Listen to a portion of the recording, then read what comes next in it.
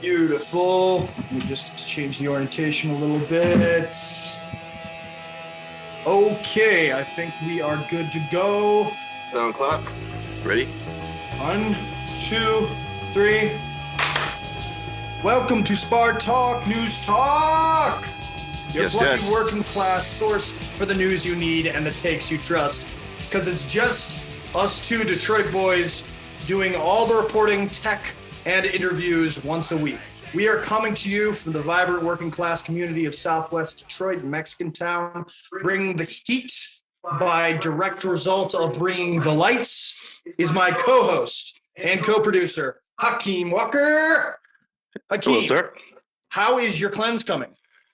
Oh, it's rough, but Still rough? Yeah, I mean, I went to the sauna the other day just to sound super hipster right now. But yeah, trying to clearing out the body, trying to get healthy. Right. We got. You feel healthier. I don't feel healthier, but it's the end result that matters. You're not supposed to feel healthier. I feel worse, actually, if you want to be honest. But I got another 4 weeks, and we're gonna stick it out. We'll see. On our technical report front, we fixed the sound, kind of. My thing went out for a second.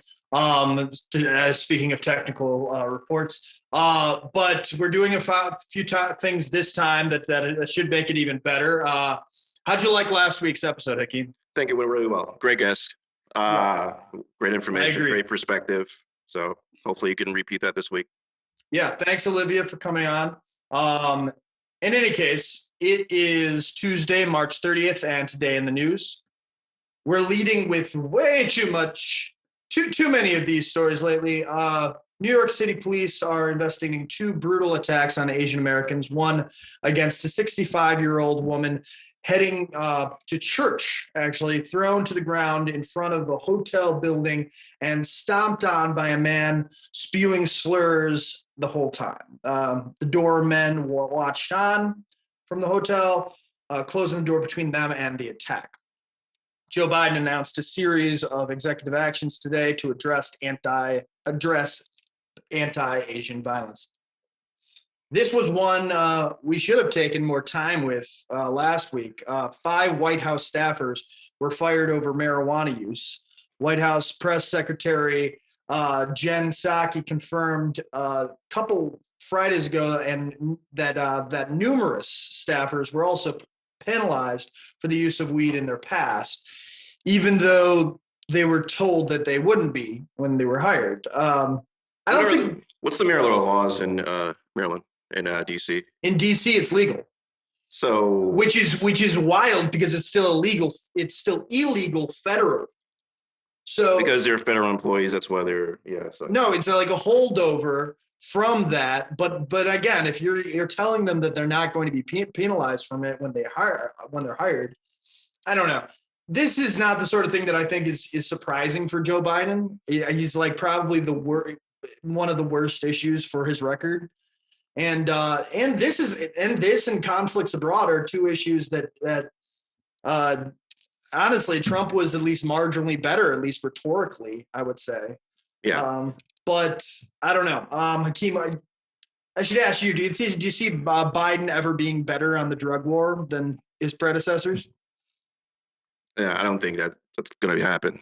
I think he'll just toe the line, and he might impact other areas, but not this one.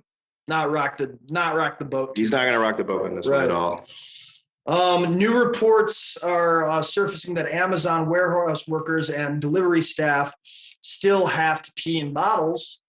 Moreover, company documents suggest that they knew that their employees were being forced to pee in bottles as early as January, after a categorical denial on Twitter that this ever occurred. This is like third world country stuff. Oh my God. And it's just like this huge faceless corporation actually tweeted, like, you actually believe those, like they said, you actually believe that the bottle pee in bottle things, no one would work for us in that case, except you're among the only company that can provide jobs for, like this last year. So just this last Wednesday, they tweeted that out. And now Amazon appears to be sending their employees into Twitter debates on unionization to try to discourage it. So yeah, they're like pretty pure evil these days. I mean, like then they had that, and especially this coupled with the Whole Foods outbreak and they didn't shut down. I mean, it's a lot of fucking up Amazon. Witnesses are starting to be called in the case against Derek Chauvin.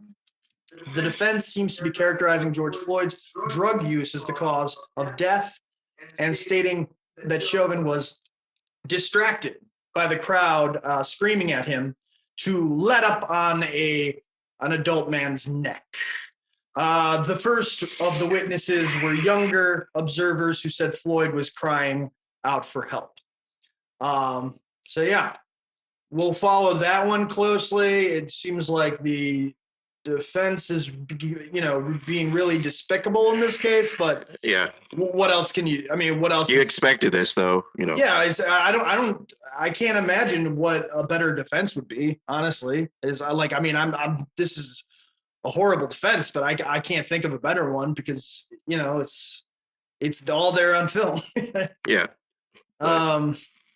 And again, I don't know, but it is a stretch to say that like, oh yeah, I was too distracted by the people saying stop killing that man to stop killing that man.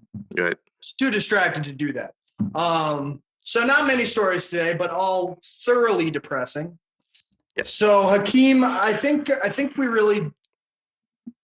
we need to laugh today, and you know what? Because of days like this where racial violence is so palpable, we can't go to sleep on that. But sometimes, racial humor, which I think we'd agree is among the most difficult. Correct. And takes a very skilled comedian, can make us able to understand each other better. Or it can be a shitty caricature with a trash premise from Steven Crowder. So let's take a look at that. About the new policy, it's these people. So yeah, I'm gonna buy a plow, man. I'm gonna plant that corn. Go get a John Deere. Barack Obama, mother. I'm the president. I'm plowing that ad. You. I thought the last thing they would want to do was be farmers. Wasn't that a big problem for hundreds of years? Yeah. Isn't that why Arsenio Hall called himself the urban man's Johnny Carson? I think so. Yeah, I don't know. Are people lining up out in the middle of cornfield, Iowa for new dunks? How would you prove this, by the way? Like, how would you prove that you've been discriminated against? You don't have to. You just Well, I didn't get that loan. Sir, you had no credit. Well, that should not have stopped me from getting the loan. I planted a Hennessy tree, but it's not growing. Well, technically, it did grow, but it ain't XO. I put it in the ground. I planted a VSOP XO tree. I'm getting into some niche esoteric cognac humor. All right. So yeah. First of all, those impressions are like from like the 1970s, I think. But or they're just completely ripped off of JB Smooth from Curb Your Enthusiasm. I mean, it's just these are lazy, bad comedians who are again. The context of that was very, very precise and very good. These are just, I mean, like the character. First off, if you're making Hennessy is a cognac. It's got to be like the grapes even have to be grown in the cognac region of France. So like the character, the black farmer character that he's doing, maybe I can accept that he's too stupid to know that part. But I think they're just playing off the fact that black people. But then does he think that there's a plant that's going to grow full bottles of Hennessy that's like a very specific thing? It doesn't make any sense. There's no connectivity. What I was going to say is like, if you're going to do something racist, you have to, it has to be, if it's racist up here, it has to be funny up here too. I'll even say if something's racist, if it's super funny, you can at least be like, well, it was funny. This is very, very racist and not that funny. And you can tell the level of comedian. Yeah, this doesn't make any sense. It's just like I think that in order to like make fun of even if you're making fun of someone and completely savaging them, you have to attribute a certain basic logic to that character so that like they can follow through, even if they're stupid. And there's no connectivity, and also like it's just shitting on like a group of people who have been shat on like over and over and over again, but like in a way that like he doesn't understand, and then also he's bringing attention to in like the most most satisfied way. Yeah, it's not funny. You're not funny. It's like an unfunny circle jerk.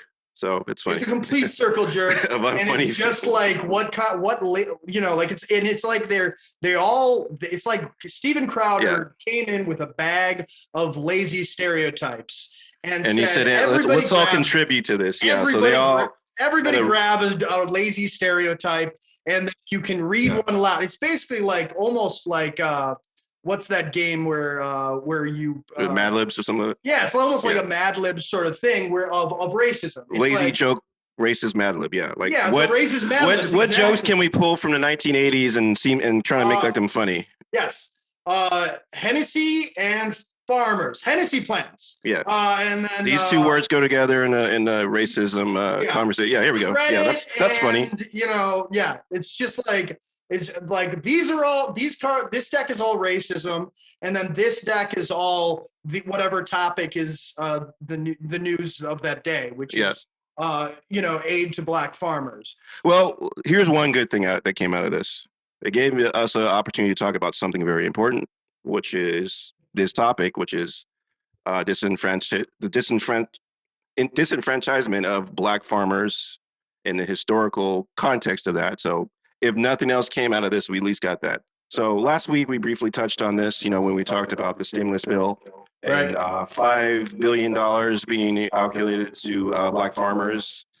And as it were, we have a guest today who's a second generation black farmer and a retired accountant, and also my dad.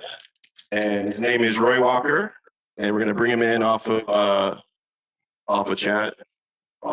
Beautiful. Let's bring him in. All right. Here we go. Hey, can you hear us? Yes, I can. How you doing, sir? I'm good. Welcome to Spartalk. This is my co-host, from my partner in internet crime, Jack Dalton. Jack, this is my dad, Roy Walker Jr. Nice to meet you, Mr. Walker. Nice to be met. Nice to be here. You can hear us all right? Everything's coming through? Yes, sir. Very good. All right. So, Dad, for those that don't know, just let them know your relationship to black farming. We kind of set it up earlier, with some clips. So, but let the people know what your relationship to black farming is. Well, my grandfather was a black farmer in Oklahoma. He got about 180 acres there. And my father, since about 83, or maybe a little before that, had 40 acres of farmland in California. Okay. Yeah. So that goes into the history. Like, when did he start? Grandfather, when did he start farming? Do you know? Well, he had a couple of farms. They had mountain and bottomland farming, and basically they went in and cleared the land and started farming. And my dad was born in 26, so Grandpa did farming and picking cotton and all that before, and then he got his own acreage after he started his family. It was a very viable thing from a business and career standpoint back then, right? For Black Americans as well as other Americans, right? That was all they had. There was no Social Security. There was no welfare. You grew your own food, made your own way, or you didn't exist. And, one of the things I want to concentrate on is the fact that the reason why we had farming in the South, and mostly that's what it was back then, was in the South, is that they had slaves that come over from Africa that had the rice, they had cotton, they had okra, they had sweet potatoes, and these things they brought over from Africa with them, and they were the ones that knew how to do the farming. So black farming was the farming, and that they were the crop. They made not only the slaves their bodies, but their knowledge and everything was the accumulation of the economy of the South and the North, because the North depended on the South to ship to England all the goods from the South, shipped to England and the rest of the world. It's like the black cowboy. We didn't hear about him until recently. But cowboy came from the fact that the slaves had to tend the cattle. And most likely they called them boys as a derogative thing, and they were cow punchers. And so it's like my dad, he called himself a mule skinner because he used a team of mules to farm and clear stumps and clear land for other people to start farms.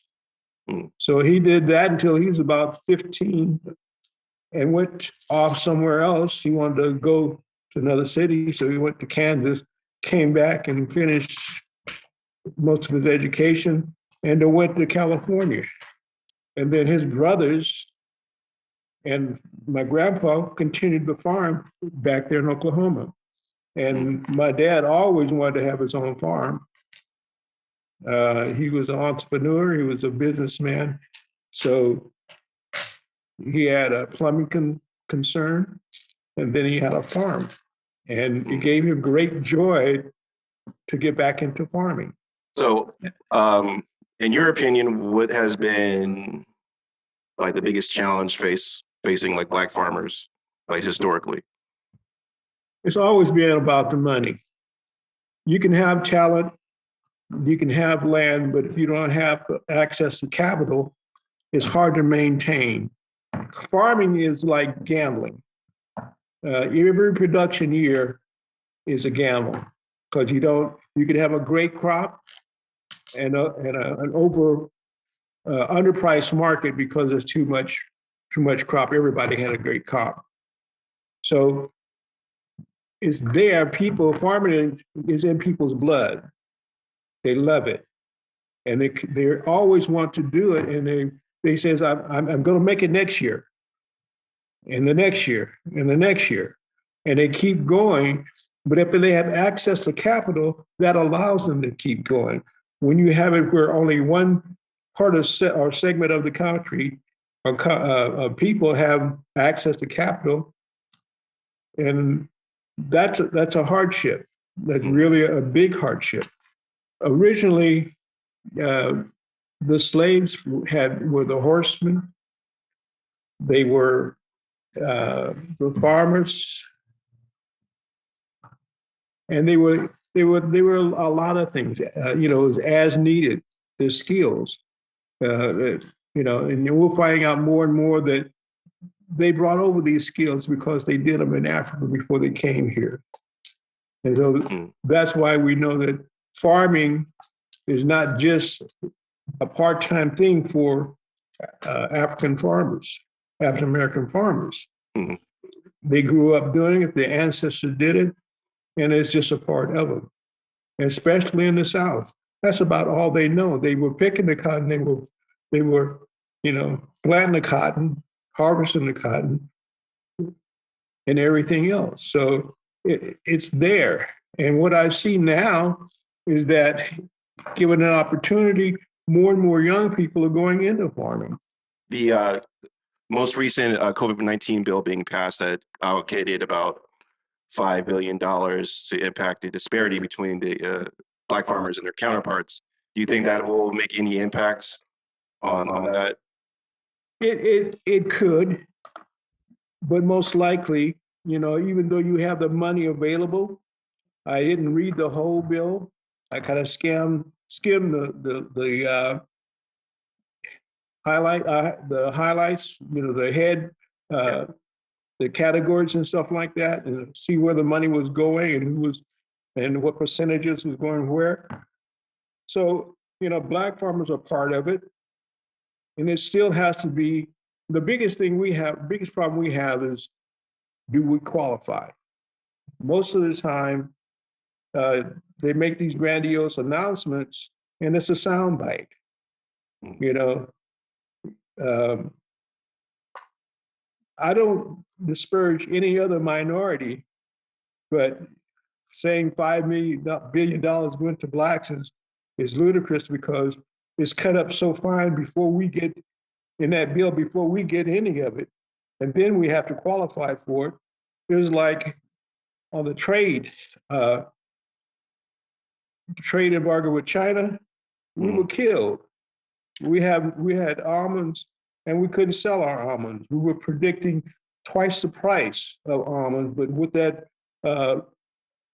trade embargo or with Trade the war. trade war, China. yeah, The tariff wars, yeah. Right. the tariff war with China, we lost half of our projected income.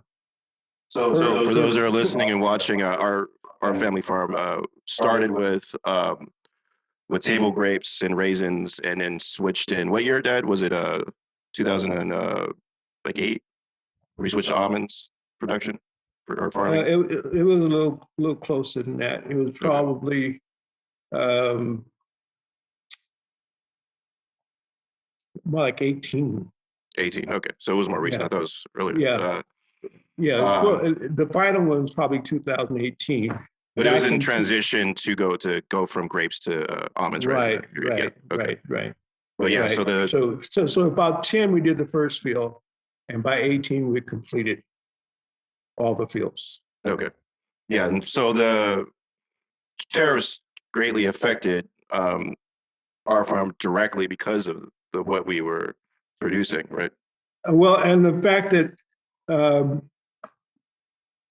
our new almonds were, we didn't get we had insurance, but we couldn't get anything for that because we didn't have years to show the difference. You know, our crops were new, and you have to wait 5 to 7 years before you get a good crop on each new field. And we didn't have the history to get the insurance. So that left us out there. And plus the price, we lost the price. So farming is just like that. It's unpredictable. It's a great opportunity for people to control their budgeting and stuff like that. But with access to capital, that you can overcome these hurdles or these things that happen to you. You can continue and be a viable, entity. So, real quick, actually, I'm sorry. Could you speak on how COVID has affected the agricultural business like this?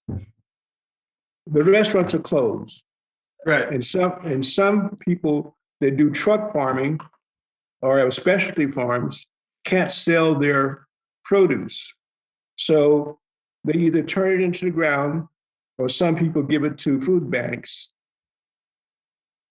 or sell it at a very low cost. Mm-hmm. So if you can't sell, no matter how much you produce, if you can't sell it, it's a loss. Right, it becomes a waste or whatever. Yeah. Yes. And do you think with even if it is a talking point, do you think that this byline in the COVID stimulus package, are you encouraged by it? Do you think that its heart is in the right place at least, even if it doesn't affect you particularly? I'm hoping that they'll live up to what they said they're going to do. Now, the Black Farmers Association, that I understand, they're going to keep the heat on him, the Secretary of Agriculture, because you can have it there in law, but it's like the judges run the courts, the Secretary runs ag. Where the money goes depends on what they allow, and then what is required for the qualifications. How can you get it? Right. If they have the right heart to give it to the people, then we'll get it. If they don't, and the way it takes a lawyer to read these things. when I Right. looked at the bill. So, it's just, we pray that it is. It is sorely needed because all these people are hurting out here. Black, Yeah. white, Hispanic, Right. all the farmers are hurting, so it's needed. I mean, the big farmers, PPEs and all the other things that they got money during the trade wars because they got some relief, but it didn't trickle down. And that's why we're trying to hope that it will go to the lower people, the small farmers, and trickle up. Because we spend the money right away because we're the ones that need it to survive and produce. Absolutely. Back from 1920 to 78, black farmers lost about 90% of their land in this country. And that's like 36 million acres. 90. Wow, that's and that was systematically done, right? Yes. I mean, and it's being done today. It's like in South Carolina, I think it's South Carolina, they have black farms on the coast, Geechee-Gullah communities, that if one person wants to sell in the family, they got it where they fix it up where everybody has to sell. And so, Really? yeah, so, and then, the whole family loses all the acreage. And it's being bought up by developers that's going to turn into coastal resorts. So this is happening every day, all day down there. So there are all kind of traps for them to get the property. And it is easy to lose it.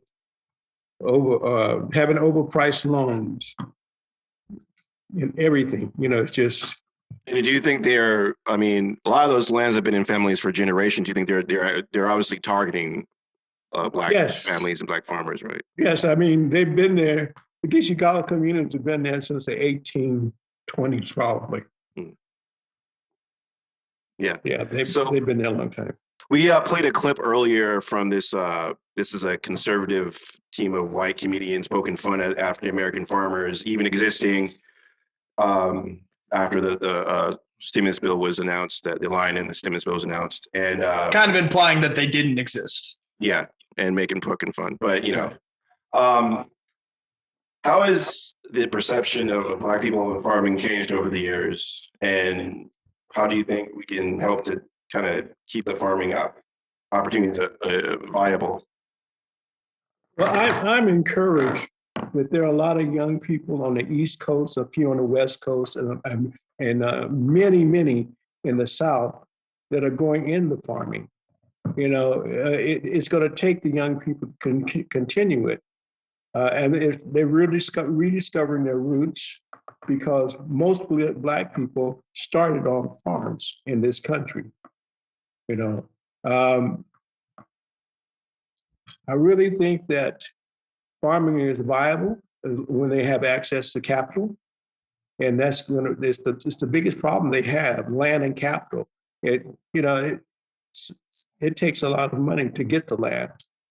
And there were grants and things available, but not to black farmers predominantly. And with access to capital and land, they'll do very well. Because some of these young people that have degrees, not just in horticulture and agriculture, but also in the earth sciences, the environmental sciences. So, and agriculture. And this is what we need. See, we're going to have to get back to small farms so our environment will exist. Big farms don't care about the environment, whether it's water, air, or pollution from hog pens or, chickens that never get on the ground. My grandmother had chickens run around our farm, and we had a hothouse where we hatched the eggs. The eggs were heated and hatched. That doesn't happen anymore. And it needs to happen so we can have a viable ecosystem around the world. you know.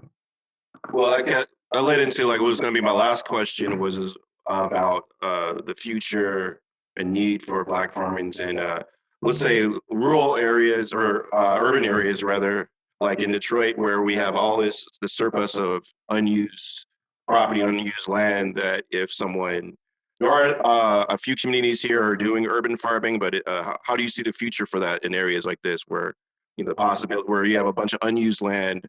Like for example, the city is going to see another 2 million people, so maybe that land can be allocated for more farming and urban farming. In a city that has 83% black population, what do you see as a focus or ability to make that happen? Anywhere, as long as food deserts exist, farming needs to exist there. There should be, organic farms. There should be whatever kind of farms necessary for all people to have food, good, wholesome food, And I think that the young people that are going into farming now have the knowledge, and with the help of getting the land and the capital, they'll do very well. And they're sorely needed for these communities. These communities need to be built up, farmings need to be built up in these communities, and have local farmers markets where people can buy fresh food. And you go to a store and they have no vegetables or fruit. What kind of store is that? And Mr. Walker, I hope it'll make you feel better to know that your son is, while he's in Detroit, he's not in as much of a food desert in Southwest as most of the other places. We've got some of the best grocery stores right down the street with very good vegetables and produce. Yeah, we're very lucky. Yeah, very, very good, very good. Yeah. Jack, you have any more questions?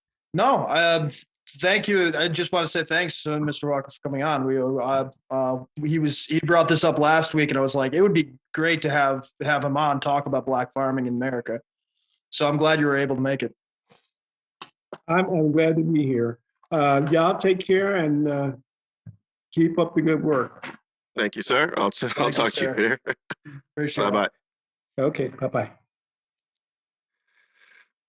Well, Jack, was that a pretty good episode? How do you feel? I feel good about it. We'll like I said, there's always the technical side of things. So we'll see once we turn it off. Yeah. Okay. Well, next week we're gonna do a clip show, right? Yes, we are. Okay. Again, technology allowance. So okay. Yeah, looking forward to it. Looking forward to it. More clips from idiots and maybe we'll get some geniuses in there too. Who knows? I don't know about that. We'll see. There's not a lot of geniuses out there, Jack. No. Like, let's stick to the idiots if we can. It's funnier that way. Yeah, idiots are way funnier than smart people. We know but, that. Maybe we'll get a Noam Chomsky clip in there. I punch down. I punch down. I love it. Yeah. No. Let's punch up a little bit. Okay. Fair enough. All right. So next week, clip show. It's Haakim Walker, Jack Dalton, and Spartalk. Signing out. See you next time, guys. Next time.